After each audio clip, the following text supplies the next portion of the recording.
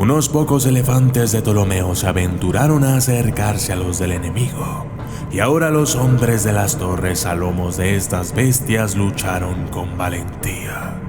Pelearon con sus picas de cerca e hiriéndose unos a otros, mientras que los elefantes mismos lucharon aún mejor, poniendo toda su fuerza y encontrándose frente a frente. Destrucción, caos, devastación, muerte son algunas palabras que comúnmente se usan para describir el paso de una enorme bestia de guerra que, a través de la historia, ha sido utilizada por el hombre para beneficio propio y, aunque no solo en la guerra, sí es importante destacar que estos gigantescos animales han sido factor clave en las victorias de los ejércitos que los manejan. Al verlos, causan asombro, son temibles, son salvajes, y no es fácil vencerlos.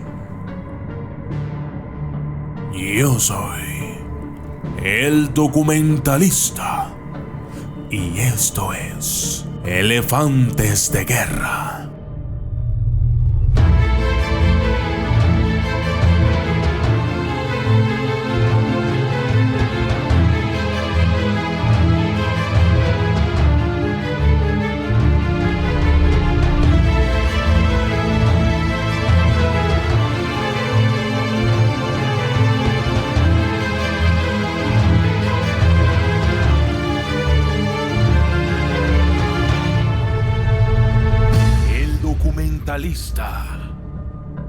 Los elefantes de guerra son elefantes que han sido entrenados y guiados por humanos durante tiempos de guerra.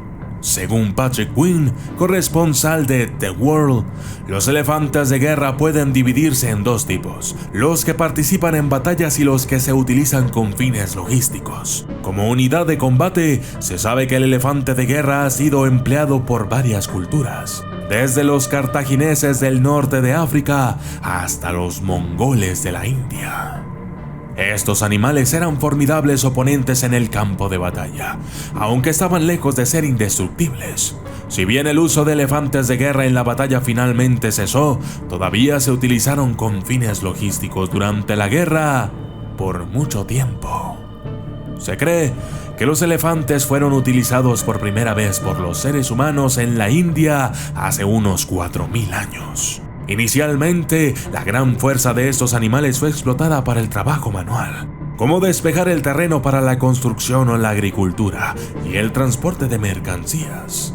No tomó mucho tiempo para que la gente se diera cuenta que estos gigantes gentiles también podían ser impulsados a propósitos más militaristas.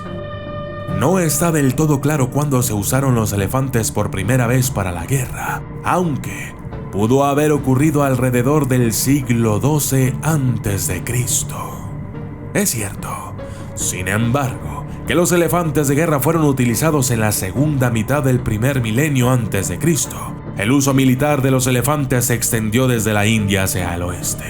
Como ejemplo, durante la batalla de Gaugamela, en el año 331 a.C., se tiene constancia de que el rey persa Darío III había lanzado hasta 15 elefantes de guerra contra Alejandro Magno.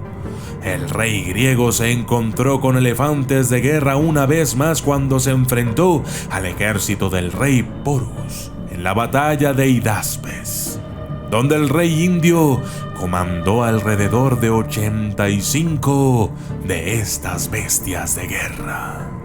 Los sucesores helenísticos de Alejandro también utilizaron elefantes de guerra en el campo de batalla. Esto fue especialmente cierto para el reino Ptolomeo y el imperio Seleucido, ambos con acceso a este recurso. También fue debido a otro de los sucesores de Alejandro, Pirro de Epiro, que el elefante de guerra se introdujo más hacia el oeste.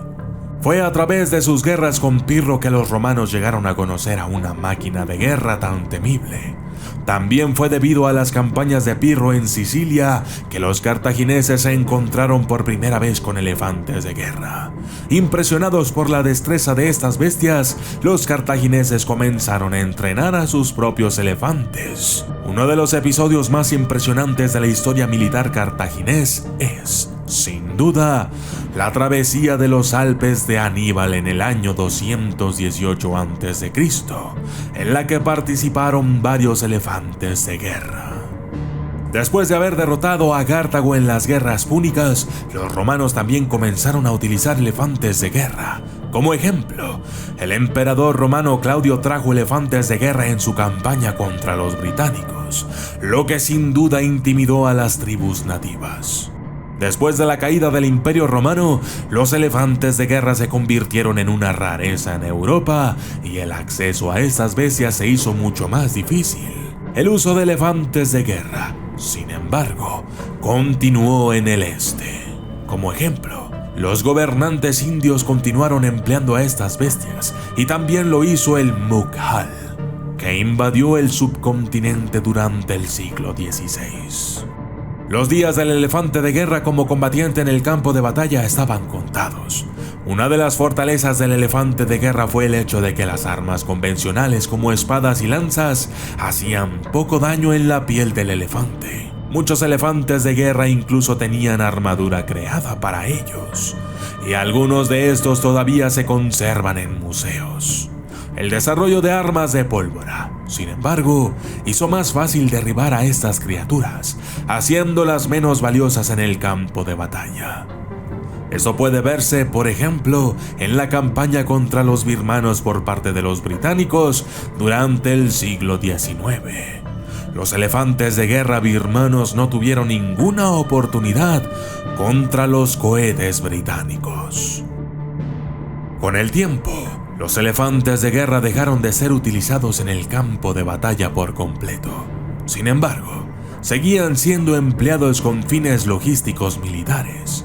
Durante la Segunda Guerra Mundial, por ejemplo, los japoneses utilizaron elefantes de guerra para transportar armas y suministros a través del terreno selvático.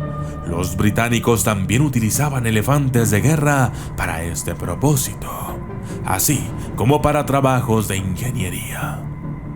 Hay un caso conocido de elefantes de guerra que se utilizan hoy en día.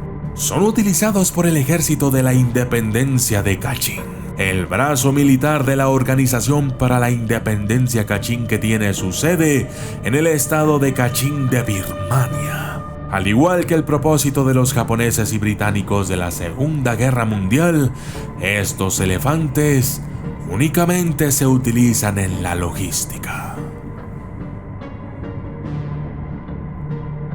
Yo soy el documentalista y esto fue Elefantes de Guerra.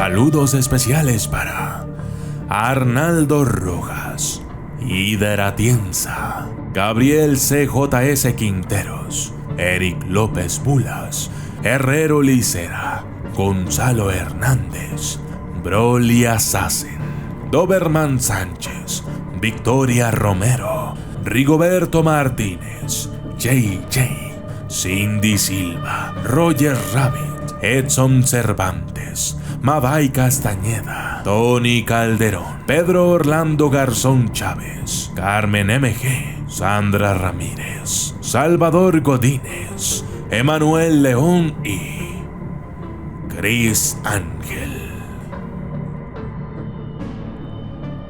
Gracias y hasta la próxima.